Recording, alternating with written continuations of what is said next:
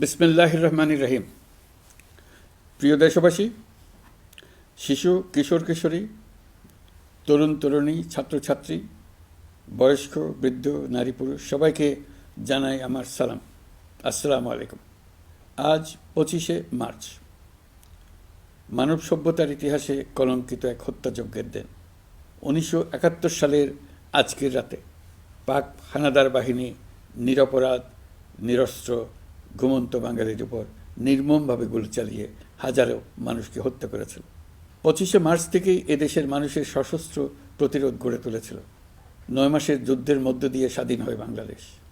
মহান স্বাধীনতা দিবসের প্রাক্কালে আমি গভীর শ্রদ্ধার সঙ্গে স্মরণ করছি মহান মুক্তিযুদ্ধের বীর শহীদদের, যাদের প্রাণের বিনিময়ে আমরা স্বাধীন সার্বভৌম বাংলাদেশ পেয়েছি। 9 মাসের রক্তক্ষয়ী যুদ্ধে লক্ষ লক্ষ শহীদ ও 2 লাখ নির্যাতিত নারীর আত্মত্যাগ পৃথিবীর মানচিত্রে বাংলাদেশ নামে একটি স্বাধীন ভূখণ্ডের জন্ম দিয়েছিল। মুক্তিযুদ্ধের এই বীরদের প্রতি আমার সালাম। সেই সঙ্গে 24শে জুলাই অভ্যুত্থানে নিহত হাজারো শহীদ ও আহত, যারা বৈষম্য, শোষণ, নির্যাতন এবং নিপীড়নের বিরুদ্ধে বুক চিতিয়ে দাঁড়িয়েছিল, তাদের প্রতি সমগ্র জাতির পক্ষ থেকে আমি সশ্রদ্ধ সালাম জানাচ্ছি। জুলাই গণ অভ্যুত্থান আমাদেরকে যে বৈষম্যহীন বাংলাদেশ গড়ার স্বপ্ন পূরণের সুযোগ এনে দিয়েছে, সেই সুযোগ আমরা কাজে লাগাতে চাই। প্রিয় দেশবাসী, পবিত্র মাহে রমজানের সিয়াম সাধনা উপলক্ষে আপনাদের সকলকে আমার আন্তরিক মোবারকবাদ জানাচ্ছি। সেই সঙ্গে সকলকে জানাই পবিত্র ঈদ উল ফিতরের অগ্রিম শুভেচ্ছা। ঈদ মুবারক। এবারের ঈদ স্মরণীয়ভাবে আনন্দদায়ক হোক, এই কামনা করছি। বর্তমান সরকার দায়িত্ব গ্রহণের পর থেকেই দ্রব্যমূল্য নিয়ন্ত্রণে জোর ব্যবস্থা নিয়েছে। রমজান ও ঈদে বড় চ্যালেঞ্জ ছিল জিনিসপত্রের দামের লাগাম টেনে ধরা, বিদ্যুৎ সরবরাহ নিশ্চিত করা। এই রমজানে যাতে কোনো পণ্যের দাম বেড়ে না যায় এবং বিদ্যুৎ সরবরাহ যেন বিঘ্নিত না হয়, সেই জন্য আমরা সর্বোচ্চ চেষ্টা করেছি। রমজান মাস জুড়ে সরবরাহ চেনের প্রতিবন্ধকতা কঠোরভাবে প্রতিহত করতে সব ধরনের ব্যবস্থা আমরা নিয়েছি। দেশের সকল জায়গা থেকে খবর এসছে যে এই রমজানের দ্রব্যমূল্য আগের তুলনায় কমেছে, জনগণ স্বস্তি পেয়েছে। দাম নিয়ন্ত্রণে এই প্রচেষ্টা চলমান থাকবে। প্রিয় দেশবাসী, গত 16 বছরে শেখ হাসিনা যে ভয়াবহ লুটপাট কায়েম করেছিল, আপনারা সেটার ভুক্তভোগী ছিলেন। ছাত্র জনতার অভ্যুত্থানের মুখে তারা পালিয়ে যাবার সময় এক লণ্ডভণ্ড অর্থনীতি ঢেকে গেছে। এই পরিস্থিতিতে দায়িত্ব নেবার পর অর্থনীতি পুনরুদ্ধারের জন্য অন্তর্বর্তী সরকার নানা উদ্যোগ নিয়েছে। ব্যাংকিং খাতে শৃঙ্খলা ফিরেছে। ক্রমান্বয়ে অর্থনীতির অপরাপর সুযোগগুলো ইতিবাচক ধারায় ফিরতে শুরু করেছে। এই সরকারের সবচেয়ে বড় চ্যালেঞ্জ মূল্যস্ফীতি। ফেব্রুয়ারিতে মূল্যস্ফীতি 9.32% নেমে এসছে, যা 22 মাসের মধ্যে সর্বনিম্ন। আগামী জুন মাসের মধ্যে এটি 8%-এর নিচে নেমে আসবে বলে আশা করছি। দেশের ধ্বংসপ্রাপ্ত অর্থনীতিতে স্বস্তি এনে দিয়েছে আমাদের প্রবাসী ভাই বোনেরা। অন্তর্বর্তী সরকার দায়িত্ব নেবার পর থেকে রেমিটেন্স ধারাবাহিকভাবে বেড়েছে। ফেব্রুয়ারি মাসে রেমিটেন্স প্রবাহ রেকর্ড গড়েছে, প্রায় 25% বৃদ্ধি পেয়ে $2.5 বিলিয়ন পৌঁছেছে। রেমিটেন্স যোদ্ধারা আমাদের দেশের অর্থনীতি গড়ার বীর সৈনিক। তাদের জন্য প্রক্রিয়াগত যেসব বিষয় রয়েছে, সেগুলো সহজ করে দেওয়া আমাদের দায়িত্ব। তারা যেন ভোগান্তির শিকার না হন, দূতাবাস যেন ঠিকমতো কাজ করে, এটি নিশ্চিত করার জন্য আমরা ব্যবস্থা নিয়েছি। আগামী নির্বাচনে যেন তাদের ভোটাধিকার দিতে পারি, সেজন্য কাজ করছি।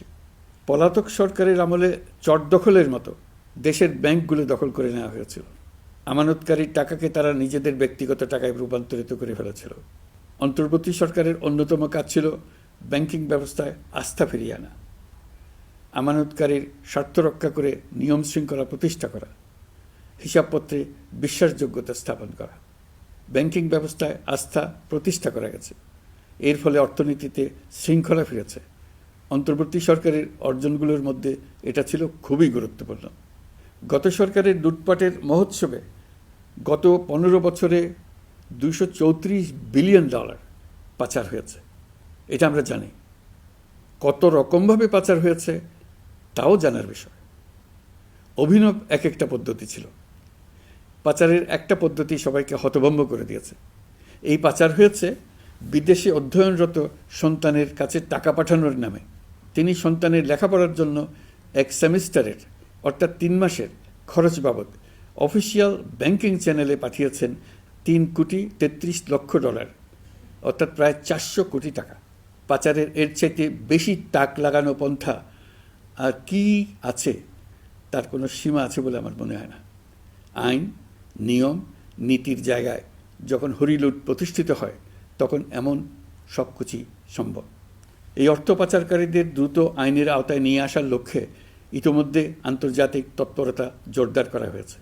প্রিয় দেশবাসী, অন্তর্বর্তী সরকার পৃথিবীর বিভিন্ন দেশের শীর্ষস্থানীয় বিনিয়োগকারীদের সঙ্গে নিয়মিত বৈঠক করে যাচ্ছে। তারা বাংলাদেশের বর্তমান ব্যবস্থায় বিনিয়োগের বিষয়ে খুবই আগ্রহী। আশা করছি দ্রুততম সময়ে দেশের নতুন নতুন বিদেশি বিনিয়োগ আপনারা দেখতে পাবেন। সরকার দায়িত্ব নেওয়ার পর থেকে দেশে রপ্তানি 13% বেড়েছে। জানুয়ারিতে 7% কন্টেইনার হ্যান্ডলিং বেড়েছে। বাংলাদেশ বিনিয়োগ উন্নয়ন কর্তৃপক্ষ ইতোমধ্যে লাইসেন্সিং রিকোয়ারমেন্টস, প্রত্যাবাসন আইনসহ বিনিয়োগকারীদের যে সাধারণ সমস্যাগুলো রয়েছে সেগুলো সমাধানে কাজ শুরু করেছে। বাংলাদেশ বিনিয়োগ উন্নয়ন কর্তৃপক্ষ আগামী মাসে ঢাকায় 4 দিনব্যাপী আন্তর্জাতিক বিনিয়োগ সম্মেলন করছে। বিশ্ববিখ্যাত অনেক বিনিয়োগকারী এতে অংশ নেবেন। ইতিমধ্যে DP World, Singapore PSA, AP Moller Maersk কয়েক বিলিয়ন ডলারের বিনিয়োগের প্রস্তাব করেছে। অন্তর্বর্তী সরকার দায়িত্ব গ্রহণের পর থেকেই স্বতঃস্ফূর্তভাবে পৃথিবীর সকল সরকার আমাদের প্রতি বন্ধুত্বের হাত বাড়িয়ে দিয়েছে। এটা শুরু হয়েছিল গত সেপ্টেম্বরে জাতিসংঘের বার্ষিক বৈঠকে। আপনাদের মনে আছে বিশ্বের সরকার প্রধানরা কীভাবে আমাদের সঙ্গে আগ্রহ নিয়ে দেখা করতে এগিয়ে এসছে। তারপর থেকে যে কোনো সম্মেলনে গিয়েছি, দেখেছি আন্তর্জাতিক নেতৃবৃন্দের আগ্রহ কীভাবে ক্রমেই বেড়ে চলেছে। জানুয়ারি মাসে সুইজারল্যান্ডের ডাভোসে গিয়েছিলাম। এই সম্মেলনে 47টি পৃথক ইভেন্টে আমার অংশগ্রহণ করতে হয়েছে। বিভিন্ন দেশের সরকার প্রধান, মন্ত্রী, বিশ্ব বাণিজ্যের নায়করা, জাতিসংঘের মহাসচিব, জাতিসংঘের বিভিন্ন সংস্থার প্রধানদের সঙ্গে বৈঠক করেছে। তারা আমাদের পাশে থাকার জন্য আন্তরিক আগ্রহ প্রকাশ করেছেন। সম্প্রতি আমি সংযুক্ত আরব আমিরাতে গিয়েছিলাম। তারা বিগত সরকারের সময় আমাদের ভিসা বন্ধ করে দিয়েছিল। আমরা সেই দেশের ভিসার দরজা খোলার চেষ্টা চালিয়ে যাচ্ছি। তারা আশ্বাস দিয়েছেন তাদের দিক থেকে সকল আনুষ্ঠানিকতা সম্পন্ন করে ভিসার দরজা উন্মুক্ত করবেন। আমি আশা করছি সেটা দ্রুতই উন্মুক্ত হবে। আমি সংযুক্ত আরব আমিরাতকে আমাদের দেশে শিল্প কারখানা গড়ে তোলার জন্য একটি শিল্পাঞ্চল করার প্রস্তাব দিয়েছি। তারা এই বিষয়ে আগ্রহ জানিয়েছে। শিল্পাঞ্চলে 2টি কাজ দিয়ে তারা শুরু করবে, এই জন্য কথাবার্তা শুরু হয়েছে। প্রথমে মুসলিম বিশ্বে সরবরাহের জন্য একটি হালাল গোশত প্রক্রিয়াজাত করার কারখানা করবে। এরপর মৎস্য প্রক্রিয়াজাতকরণের জন্য কারখানা স্থাপন করবে। তারা আমাদের নতুন সামুদ্রিক বন্দর পরিচালনা করার জন্যও আগ্রহ জানিয়েছে। প্রিয় দেশবাসী, বিশ্ব মানচিত্রে বাংলাদেশকে অনন্য উচ্চতায় নিয়ে যাওয়া আমাদের অন্যতম লক্ষ্য। এই লক্ষ্যে আমরা আসিয়ানের সদস্য হিসেবে যোগদান করার বিষয়ে আগ্রহের কথা জানিয়েছি। এই বছরের শুরু থেকেই মালয়েশিয়া আসিয়ানের চেয়ারম্যানের দায়িত্ব গ্রহণ করেছে। মালয়েশিয়ার মাননীয় প্রধানমন্ত্রী আনোয়ার ইব্রাহিমের সঙ্গে এই বিষয়ে কথা হয়েছে। তিনি আমাদের আবেদনের প্রতি সমর্থন জানিয়েছেন, আমাকে মালয়েশিয়া সফরের আমন্ত্রণ জানিয়েছেন। আমি এই আমন্ত্রণ গ্রহণ করেছি। মালয়েশিয়া রোহিঙ্গা সমস্যা সমাধানের জন্য জাতিসংঘের সম্মেলন আয়োজনের দায়িত্ব নিয়েছে। আমাদের দেশ থেকে শ্রমিক নিয়ে যাবার ব্যাপারে যে সমস্ত সমস্যার সৃষ্টি হয়েছিল সবগুলো সমাধানের জন্য আন্তরিকভাবে তারা কাজ করছে। আগামীকাল 4 দিনের সফরে আমি চীন যাচ্ছি। প্রেসিডেন্ট শি জিনপিংয়ের সঙ্গে আমার বৈঠক হবে। চীনের বড় বড় ব্যবসায়িক প্রতিষ্ঠানের সিইওদের সঙ্গেও বৈঠক করব। পৃথিবীর সর্ববৃহৎ চাইনিজ সোলার প্যানেল নির্মাতা প্রতিষ্ঠান লংজি বাংলাদেশে কারখানা স্থাপনের আগ্রহ জানিয়েছে। আমরা তাদের সঙ্গে কাজ করছি। এছাড়া প্রযুক্তিগত সহায়তা, মেডিকেল সহায়তা, স্বল্প মূল্যে চিকিৎসা সহ অন্যান্য বিষয়ে আলোচনা হবে। তারা আমাদের দেশ থেকে আম, কাঁঠাল ও পেয়ারা আমদানি করতে চায়। এটা খুব দ্রুতই শুরু হবে। এই সফরের মধ্য দিয়ে আমাদের দু দেশের সম্পর্ক ঘনিষ্ঠতর হবে। আমি বরাবরই বলে এসেছি, আমরা মহা সৌভাগ্যবান এক জাতি। পৃথিবীর মানচিত্রে আমাদের অবস্থানের কারণে বাংলাদেশ, ভারত, নেপাল ও ভুটান, দক্ষিণ এশিয়ার এই 4টি দেশ মিলে একটি যৌথ অর্থনীতি গড়ে তুলতে পারলে 4 দেশই লাভবান হবে। নেপাল ও ভুটান আমাদের জলবিদ্যুৎ দিতে অত্যন্ত আগ্রহী, আমরাও নিতে আগ্রহী। বাংলাদেশের শিল্পাঞ্চল গড়ে তুলতে এর কোনো বিকল্প নেই। আমাদের রয়েছে এক বিস্তীর্ণ মহাসাগর। ভৌগোলিক অবস্থানগত কারণে আমাদের সামনে বিরাট অর্থনৈতিক সুযোগ এনে দিয়েছে। কুমিরা থেকে টেকনাফ পর্যন্ত দীর্ঘ উপকূলভূমি। এই দীর্ঘ উপকূল জুড়ে বিরামহীনভাবে অনেকগুলি আধুনিক প্রযুক্তি সমৃদ্ধ আন্তর্জাতিক মানের সমুদ্র বন্দর, শিল্প কারখানা, রপ্তানি প্রক্রিয়াজাতকরণ এলাকা স্থাপন করা গেলে পুরো অর্থনৈতিক অঞ্চলের ভবিষ্যৎ দ্রুত পরিবর্তন সম্ভব।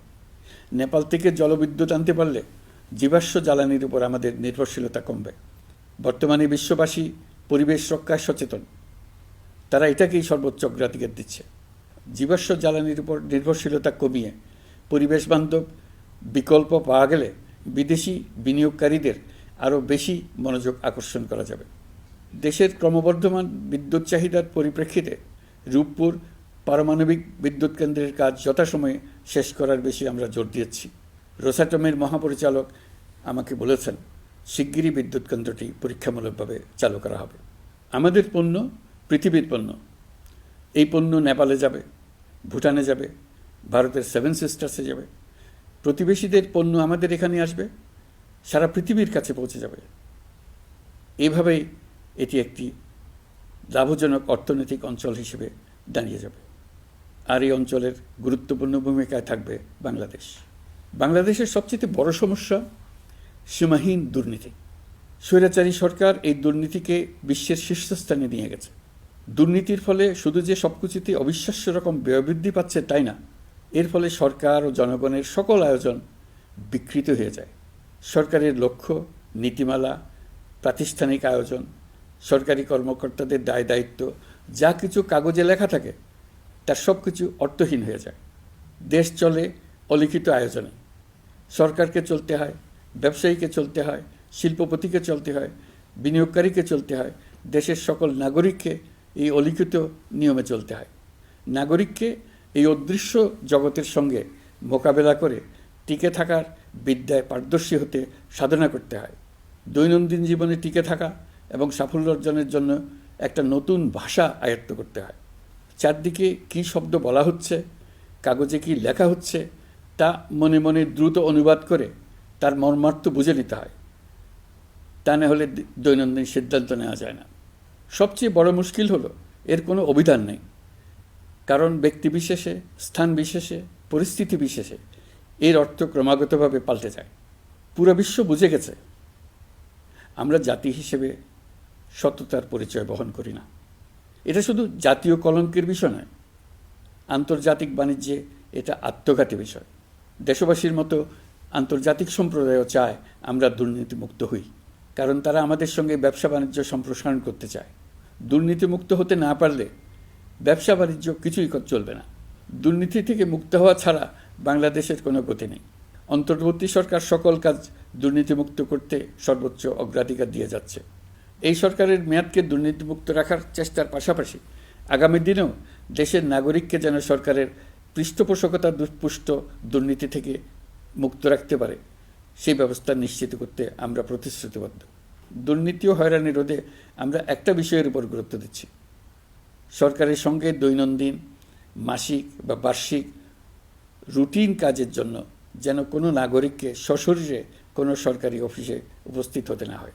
দুর্নীতি প্রতিরোধের অংশ হিসেবে সরকারি সব অফিসে ফাইলিং চালুর সিদ্ধান্ত নেওয়া হয়েছে। ফাইলিং ব্যবস্থা চালু হলে দুর্নীতি কমে আসবে। এতে করে কোন অফিসের কোন ডেস্কে কোন ফাইল আটকে আছে তা সহজেই জানা যাবে। সরকারি যতগুলো কার্যক্রমে অনলাইন সেবা চালু সম্ভব সবখানেই এই সেবা চালুর বিষয়ে সরকার কাজ করছে। সরকারি বিভিন্ন সেবা পেতে অসহায় নাগরিকের টুটি চেপে ধরে অবিশ্বাস্য পরিমাণ টাকা দিতে বাধ্য করা হয়। টাকার যে লেনদেন ও ভোগান্তির সম্মুখীন হতে হয় সেটা থেকে নাগরিকদের বাঁচানোর জন্য আমরা বদ্ধপরিকর। অনলাইনে সেবা পাওয়ার পদ্ধতিটি আরও কীভাবে সহজ করা যায় এই ব্যাপারে আমাদের কাছে পরামর্শ জানিয়ে লিখুন, ইমেল করুন। আপনি বা আপনার পরিবারের যে কেউ এই সেবা বাণিজ্যিকভাবে দিতে চাইলে প্রশিক্ষণ গ্রহণ করে পৃথিবীর যে কোনো স্থান থেকে এই সেবা দিতে পারবেন। বিগত সরকারের আমলে ভিন্নমতকে দমন করার জন্য মিথ্যা মামলাকে হাতিয়ার হিসেবে বেছে নেওয়া হয়েছিল। বিভিন্ন পর্যায়ে যাচাই বাছাই করে আমরা এসব হয়রানিমূলক মামলা প্রত্যাহারের উদ্যোগ নিয়েছি। গত ফ্যাসিস্ট সরকারের সময় দায়ের করা রাজনৈতিক হয়রানিমূলক মামলাগুলোর মধ্যে সারা দেশে এই পর্যন্ত ৬,২৯৫টি মামলা প্রত্যাহারের সুপারিশ করা হয়েছে। অন্যান্য সকল হয়রানিমূলক মামলাও ক্রমান্বয়ে প্রত্যাহার করা হচ্ছে। এছাড়া এ পর্যন্ত সাইবার সিকিউরিটি আইনের অধীনে বিচারাধীন স্পিচ অফেন্স সংক্রান্ত ৪১৩টি মামলা প্রত্যাহার করা হয়েছে। এই আইনটি অবিলম্বে বাতিল করে নাগরিক বান্ধব সাইবার সুরক্ষা আইন করা হচ্ছে। মানুষের ভোগান্তি রোধেও আমরা আইনগত পদক্ষেপ নিচ্ছি। জিডি করার সময় স্বাক্ষর দেওয়ার জন্য এখন আর থানায় যাওয়ার প্রয়োজন নয়, এটা অনলাইনেই করা যাবে। এই ব্যাপারে প্রয়োজনীয় নির্দেশ দেওয়া হয়েছে। পাওয়ার অফ অ্যাটর্নি বিধিমালা সংশোধনীর মাধ্যমে প্রবাসী বাংলাদেশিদের হয়রানি লাঘব করা হয়েছে। সংশোধিত বিধিমালার আলোকে বাংলাদেশি পাসপোর্ট না থাকলেও বাংলাদেশি বংশোদ্ভূত ব্যক্তির পাসপোর্টে নো ভিসা রিকোয়ার্ড স্টিকার থাকলে কিংবা জন্ম সনদ বা জাতীয় পরিচয়পত্র থাকলেই তিনি বিদেশ থেকে পাওয়ার অফ অ্যাটর্নি সম্পাদন করতে পারবেন। সরকারি সিদ্ধান্ত ও প্রয়োজনীয় ব্যবস্থা নেওয়ার পর বিমানের টিকিট কেনার পুরো প্রক্রিয়াটি অনলাইনে নিয়ে যাওয়ার ফলে বিমানের টিকিটের দাম শতকরা ৫০ থেকে ৭৫% কমে গেছে। বিশেষ করে মধ্যপ্রাচ্যের প্রবাসী ভাই বোনেরা এতে করে স্বস্তি পাচ্ছেন। অন্যান্য এয়ারলাইনের টিকিটের দামও কমে গেছে। নাগরিকদের হয়রানিমুক্ত ও দুর্নীতিমুক্ত সেবা প্রদানের জন্য সরকার ভূমি সেবা ডিজিটালাইজ করার উদ্যোগ নিয়েছে। এর অংশ হিসেবে ভূমি মন্ত্রণালয় অনলাইনে ঘরে বসেই জমির খাজনা প্রদান, নামজারি, জমা খারিজ, খতিয়ান বা পর্চা সার্টিফাইড কপি, মৌজা ম্যাপ বা নকশা প্রদানের কার্যক্রম শুরু করেছে। এই পদ্ধতিতে ভোগান্তি, অস্বচ্ছতা ও দুর্নীতির অবসান হবে। বর্তমানে সারা দেশে পরীক্ষামূলকভাবে এই কার্যক্রম চালু হয়েছে। এগুলোকে ক্রমান্বয়ে আরও জনবান্ধব করে স্থায়ী রূপ দেওয়া হবে। এর লক্ষ্য হবে ক্রমাগতভাবে এই সকল দায়িত্ব সরকারের হাত থেকে নিয়ে সেবাদানকারী ব্যক্তি বা প্রতিষ্ঠানের কাছে ছেড়ে দেওয়া। গ্রামের স্কুল কলেজ পাশ করা ছেলেমেয়েরা, গৃহিণীরা ঘরে বসে সারা দেশে এই সেবা দান করবে এবং অনেকে তাদের কৃতিত্বের জন্য প্রসিদ্ধ হয়ে পড়বে। তারা সারা দেশের গ্রাহকদের সেবা নিজের গ্রাম থেকেই প্রদান করবে। রাজস্ব সংস্কার কমিশনের সুপারিশ অনুসারে জাতীয় রাজস্ব বোর্ড বিলুপ্ত করার সিদ্ধান্ত নেওয়া হয়েছে। এর জায়গায় দুটি পৃথক বিভাগ করা হচ্ছে। একটি হলো নীতি প্রণয়ন বিভাগ বা জাতীয় রাজস্ব নীতি বোর্ড, অন্যটি বাস্তবায়ন বিভাগ বা জাতীয় রাজস্ব সংগ্রহ বিভাগ। এর ফলে সরকারের পছন্দের ব্যক্তিরা হাজার হাজার কোটি টাকার রাজস্ব ফাঁকি দেওয়ার আর সুযোগ পাবে না। আমি আশা করি পরবর্তীতে যারা সরকারে আসবেন তারাও এই নীতি বহাল রাখবেন। এখনকার যুগ হলো প্রযুক্তির যুগ, সৃজনশীলতার যুগ। আমাদের দেশে ১৭ কোটি নারী পুরুষ, তার মধ্যে তরুণরা হলো বিপুলভাবে সংখ্যাগরিষ্ঠ। বাংলাদেশ মানব সম্পদের দিক থেকে ৮ম বৃহত্তম দেশ। একযোগে এই তরুণরা সৃজনশীলতা প্রকাশের সুযোগ পেলে বন্যার স্রোতের মতো আমাদের দেশ দ্রুতবেগে পৃথিবীর বাজারের মধ্যস্থানে চলে যাবে। এই বিপুল তরুণ গোষ্ঠীর সামনে থেকে পথের বাধা সরিয়ে দেওয়াই হলো আমাদের সরকারের প্রধান লক্ষ্য। প্রযুক্তি আমাদের জন্য সুযোগ সৃষ্টি করেছে, আমরা দ্রুতবেগে এই সুযোগ গ্রহণ করার কাজে নিজেদের নিয়োজিত করেছি। এমনভাবে আমরা প্রযুক্তি ব্যবহার করার কাজে নিয়োজিত হয়েছি যাতে নাগরিকের আঙ্গুলের ইশারায় সরকার তার সেবা নাগরিকের কাছে তাৎক্ষণিকভাবে হাজির করে। তা নিশ্চিত করার জন্য আমরা সেই সেবা দিতে চাই প্রযুক্তির মাধ্যমে, সরকারি অফিসের মাধ্যমে নয়। ইতিমধ্যে পাসপোর্ট পেতে পুলিশ ভেরিফিকেশনের নিয়ম আমরা বাতিল করে দিয়েছি। এর ফলে বর্তমানে নাগরিকরা আগের চাইতে সহজভাবে পাসপোর্ট সেবা পাচ্ছেন। পুলিশ রিপোর্ট প্রাপ্তির নিয়ম বাতিল করার পর এই পর্যন্ত ৭০,০০০ নতুন পাসপোর্ট, যা বহুকাল ধরে পুলিশ রিপোর্ট আসার অপেক্ষায় আটকে ছিল, তা দ্রুত আবেদনকারীদের হাতে পৌঁছে দেওয়া হয়েছে। পাসপোর্ট প্রাপ্তি সহজ করার জন্য আমরা পুরনো পদ্ধতি বাতিল করে ইলেকট্রনিক পাসপোর্ট প্রচলন শুরু করেছি। এর ফলে দ্রুত পাসপোর্ট দেওয়া সম্ভব হচ্ছে। দেশের অভ্যন্তরে ই পাসপোর্ট হোম ডেলিভারি দেওয়া সম্ভব হচ্ছে। আগামীতে সকলেই ঘরে বসে পাসপোর্ট পাবেন, এটা নিশ্চিত করার চেষ্টা করছে। পাসপোর্ট দেওয়ার দায়িত্বে নিয়োজিত কর্মকর্তারা অত্যন্ত উৎসাহ সহকারে দ্রুত এসব পরিবর্তন আনার ব্যাপারে এগিয়ে আসছেন দেখে মনটা আনন্দে ভরে যায়। প্রিয় দেশবাসী, হজ মুসলমানদের জন্য সবচেয়ে গভীর আধ্যাত্মিক সফরগুলোর মধ্যে প্রধান। সারা জীবন তারা হজ পালনের জন্য অপেক্ষা করেন। পবিত্র হজ পালনে বাংলাদেশের হাজিরা প্রায় বিভিন্ন চ্যালেঞ্জের সম্মুখীন হন।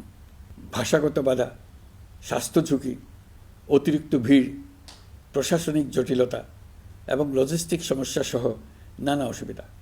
হজের অভিজ্ঞতাকে মসৃণ ও নিরাপদ করতে অন্তর্বর্তীকালীন সরকার একটি মোবাইল অ্যাপ তৈরি করেছে, যা সম্মানিত হাজিদের যাত্রার আগে, যাত্রা চলাকালীন সময়ে এবং ফিরে আসার পরেও প্রয়োজনীয় সহায়তা প্রদান করবে।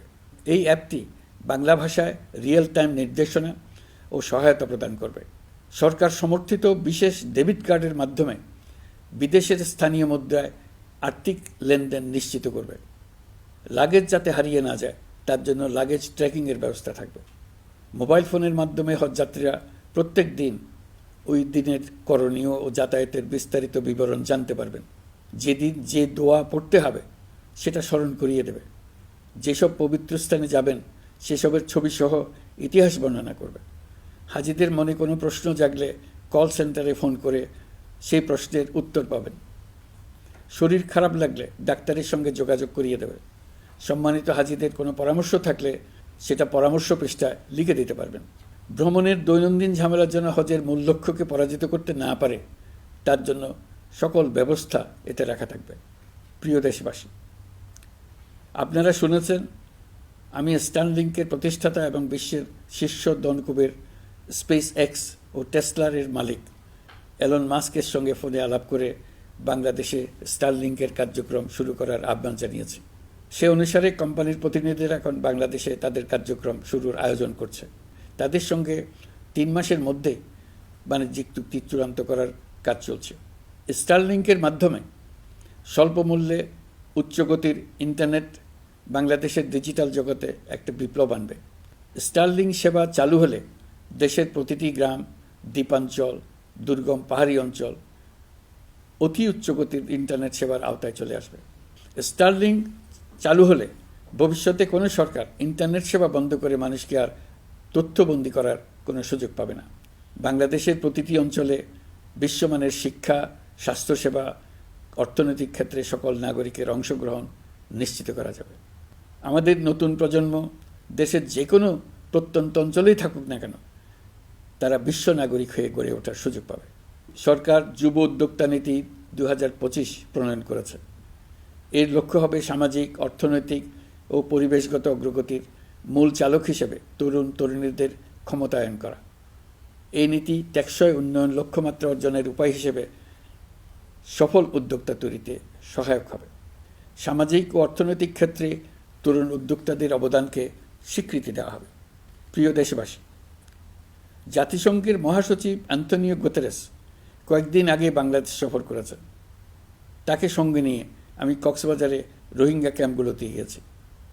ক্যাম্পে অবস্থানরত 1 লাখ রোহিঙ্গা শিশু, কিশোর, নারী, পুরুষ সবার সঙ্গে একসঙ্গে ইফতার করেছে। আমাদের প্রস্তাবে সম্মতি জানিয়ে আগামী সেপ্টেম্বর মাসে জাতিসংঘের সাধারণ অধিবেশনে রোহিঙ্গা সংকট নিয়ে একটি পৃথক অধিবেশন আয়োজন করার প্রস্তুতি নিচ্ছে। মালয়েশিয়া ও ফিনল্যান্ড যৌথভাবে এই সম্মেলনের আয়োজক হতে এগিয়ে এসছে। এর পাশাপাশি অস্ট্রেলিয়ার সাবেক ভারপ্রাপ্ত প্রধানমন্ত্রী জুলি বিশপকে আমি এই গুরুত্বপূর্ণ সভায় মুখ্য ভূমিকা পালনের জন্য আহ্বান জানিয়েছি। তিনি আমার প্রস্তাব গ্রহণ করেছেন। জাতিসংঘের মহাসচিব বাংলাদেশ সফরে এসে জাতীয় ঐকমত্য কমিশনের সদস্য, রাজনৈতিক দলের নেতৃবৃন্দ ও তরুণদের সঙ্গে পৃথক পৃথকভাবে বৈঠক করেছেন। বৈঠকে সবাই জাতিসংঘের মহাসচিবকে নতুন বাংলাদেশ গঠনের স্বপ্নের কথা জানিয়েছেন।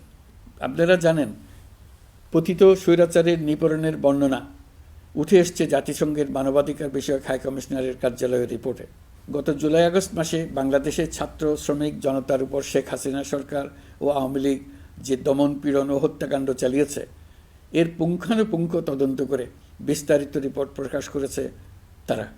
এই রিপোর্টে স্পষ্টভাবে উঠে এসছে যে শেখ হাসিনা নিজেই নিরাপত্তা বাহিনীর কর্মকর্তাদের নির্দেশ দিয়েছিলেন বিক্ষোভকারীদের হত্যা করতে। বিগত সরকার, আওয়ামী লীগ ও আওয়ামী লীগের সহযোগী গোষ্ঠী ও সংগঠন একত্রিত হয়ে পরিকল্পিতভাবেই গুরুতর মানবাধিকার লঙ্ঘনে জড়িত ছিল। মানবাধিকার বিষয়ক হাইকমিশনারের রিপোর্টে বলা হয়েছে, বিক্ষোভ চলাকালে প্রায় ১৪০০ জন নিহত হয়েছেন, যার মধ্যে প্রায় ১৩% শিশু। বিক্ষোভের সম্মুখ সারিতে থাকার কারণে আমাদের জুলাই কন্যারা নিরাপত্তা বাহিনী ও আওয়ামী লীগের সমর্থকদের দ্বারা আক্রান্ত হয়েছে, এমনকি যৌন নির্যাতনের শিকার হয়েছে। জাতিসংঘের রিপোর্ট পড়ে সবার গায়ের লোম দাঁড়িয়ে গেছে। কি ভয়াবহতা!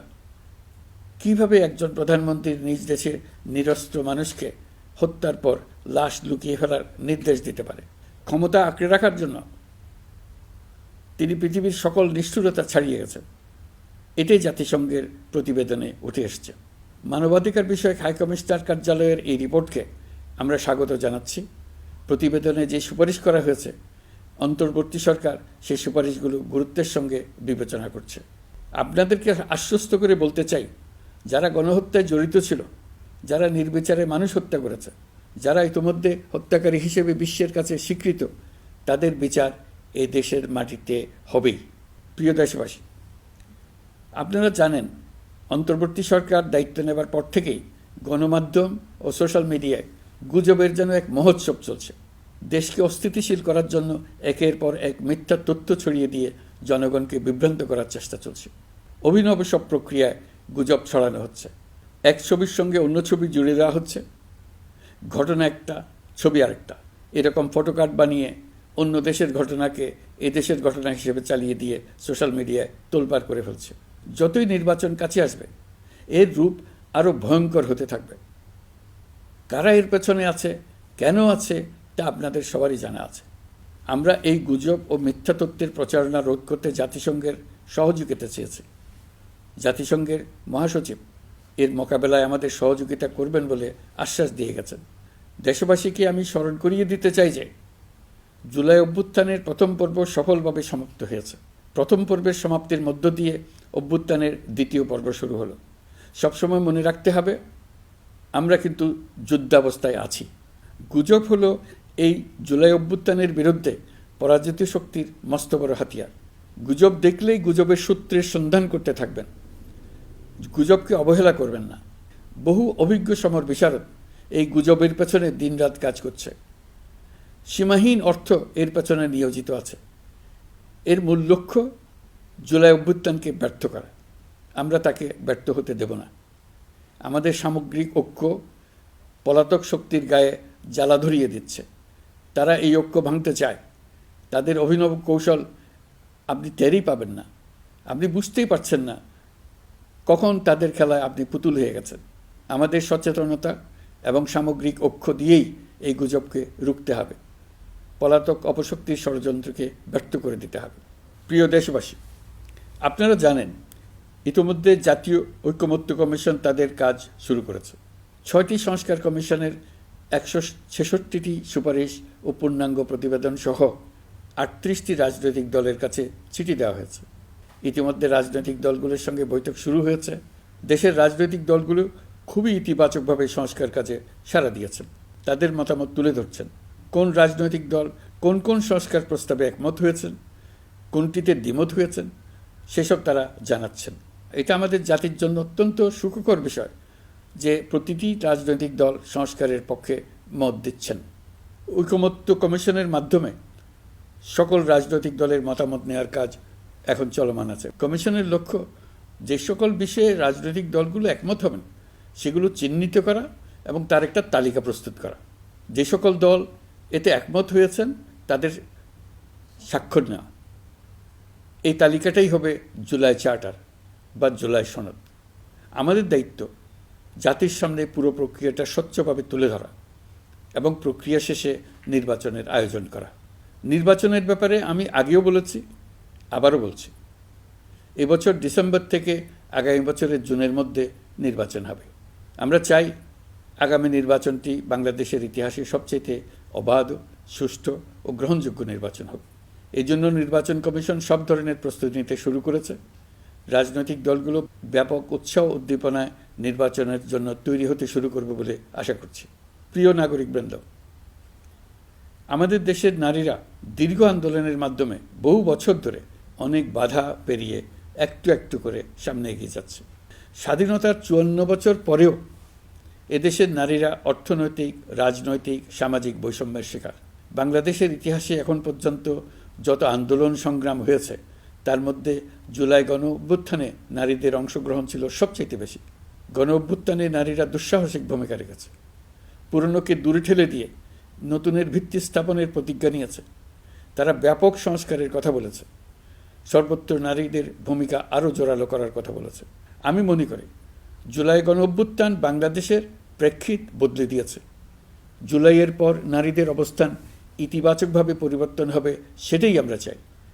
আমরা বাংলাদেশ নিয়ে নতুন করে ভাবতে চাই, আর এই নতুন ভাবনায় নারীদের অবস্থান উচ্চতম পর্যায়ে অগ্রাধিকার পাক, সেটাই আমরা চাই।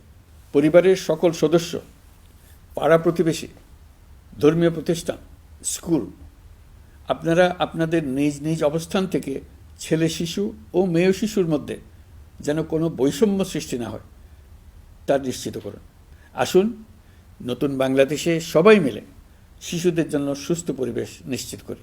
জুলাই গণ অভ্যুত্থানে অংশ নেওয়া নারীরা তাদের অধিকার প্রতিষ্ঠার ব্যাপারে দৃঢ় প্রতিজ্ঞ। দেশে বিরাজমান বৈষম্যগুলো চিহ্নিত করে নারীর প্রতি সহিংসতা প্রতিরোধ ও বৈষম্য নিরসনে আমাদের প্রত্যেককে একসঙ্গে কাজ করতে হবে। নারীর প্রতি বিদ্বেষমূলক কথাবার্তা, নারীকে খাটো করে রাখার প্রবৃত্তি যারা ধারণ করে তাদের বিরুদ্ধে সামাজিক আন্দোলন গড়ে তোলা প্রয়োজন। আধুনিক প্রযুক্তি সকল প্রকার বাধা ভেঙে দেওয়ার মহাশক্তি আমাদেরকে দিয়েছে।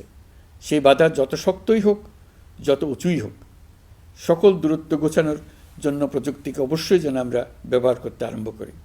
নারীদের সুরক্ষায় পুলিশ হটলাইন নম্বর চালু করেছে, সরকারের পক্ষ থেকে শর্ট কোড চালু করা হচ্ছে, কল টেকার হিসেবে শতভাগ নারী কর্মীদের নিয়োগ দেওয়া হচ্ছে যেন নির্দ্বিধায় কথা বলা যায়। নারী ও শিশু নির্যাতন দমন আইন সংশোধন হয়েছে, এসব মামলার তদন্ত ও বিচারের সময় কমিয়ে আনা হয়েছে, বিচার বিলম্বে বাধা দূর করা হচ্ছে। ঢাকার পাশাপাশি চট্টগ্রাম ও রাজশাহীতে ডিএনএ ল্যাব স্থাপনের কাজ চলছে। খুব দ্রুতই বিশেষ জুডিশিয়াল সার্ভিস কমিশনের মাধ্যমে নতুন অনেক বিচারক নিয়োগ দেওয়া হচ্ছে। ভিকটিম শিশুরা যাতে দ্রুত বিচার পায় সেজন্য আলাদাভাবে বিশেষ ট্রাইব্যুনাল স্থাপনের বিধান রাখা হয়েছে। দেশের সবার মতো আমি অত্যন্ত আনন্দিত যে এবার নারী ফুটবল টিম দক্ষিণ এশিয়া চ্যাম্পিয়ন হয়েছে। দেশ জুড়ে আয়োজিত তারুণ্যের উৎসব 2025-এ বিভিন্ন অঞ্চল থেকে 27,40,000 মেয়েরা প্রায় 3,000 খেলা ও সাংস্কৃতিক কর্মকাণ্ডে অংশগ্রহণ করেছে। উৎসবে দেশের সুবিধাবঞ্চিত ও সুবিধাপ্রাপ্ত অঞ্চল, প্রান্তিক জনগোষ্ঠী এবং 21টি নৃগোষ্ঠীর তরুণ তরুণী সহ সকলের সার্বজনীন অংশগ্রহণ ছিল। এই উৎসবের অন্যতম লক্ষ্য ছিল তরুণদের মধ্যে ঐক্য গড়ে তোলা, সহযোগিতার নীতি প্রচার এবং তাদেরকে উদ্যোক্তা হিসেবে গড়ে তোলা, যাতে করে তারা আত্মনির্ভর হতে পারে, দেশের সম্পদ হিসেবে গড়ে উঠতে পারে। আমরা তারুণ্যের এই উৎসব সারা বছর জুড়ে উদযাপন করার ঘোষণা দিয়েছি। এই উৎসবে আমরা গ্রাম, উপজেলা, শহর, বন্দর সকল এলাকার আবাল বৃদ্ধ বনিতাকে এবং স্কুল, কলেজ, মাদ্রাসার সরকারি বেসরকারি সকল প্রতিষ্ঠানের সবাইকে নানা প্রকারের সৃজনশীল কর্মসূচি নিয়ে এগিয়ে আসার জন্য আমি অনুরোধ জানাচ্ছি। প্রতিটি এলাকায় এই উৎসবে যোগদান করতে মেয়েদের যেন বিশেষভাবে উৎসাহিত করা যায় সেজন্য সকলকে আহ্বান জানাচ্ছি। কোথায় এটা কিভাবে উদযাপিত হচ্ছে সেই ব্যাপারে জানার জন্য আমি আগ্রহ নিয়ে অপেক্ষা করলাম। বিভিন্ন পর্যায়ে দেশের সেরা গ্রাম, সেরা উপজেলা, সেরা শহর, সেরা প্রতিষ্ঠান, সেরা ব্যক্তিকে পুরস্কার দেওয়ার জন্য আমরা প্রস্তুত থাকব। নারী অধিকারের পাশাপাশি একই রকম গুরুত্বের সঙ্গে মনে রাখতে হবে সংখ্যালঘুদের নাগরিক অধিকার, সমতল ও পাহাড়ের জাতিগোষ্ঠীর নাগরিক অধিকার। কারো কোনো নাগরিক অধিকারকে অবহেলা করলেই এই জাতির জন্য মহা সংকট সৃষ্টি হবে।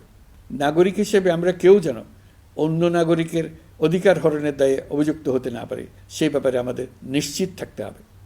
তাহলেই সত্যিকার নতুন বাংলাদেশ জন্ম লাভ করবে। সবাইকে আবারও আমার সালাম জানিয়ে আমার বক্তব্য শেষ করছি। আসসালামু আলাইকুম। সবাইকে স্বাধীনতা দিবসের অভিনন্দন জানাচ্ছি। পবিত্র মাহে রমজানে মহান আল্লাহর অশেষ মেহেরবানি আমাদের উপরে বর্ষিত হোক। এবারের শবে কদরের পবিত্র রজনীতে মহান আল্লাহ যেন তাঁর সকল বান্দার মোনাজাত কবুল করেন তা প্রার্থনা করছি। একই সঙ্গে পবিত্র ঈদে সকলকে জানাই ঈদ মোবারক।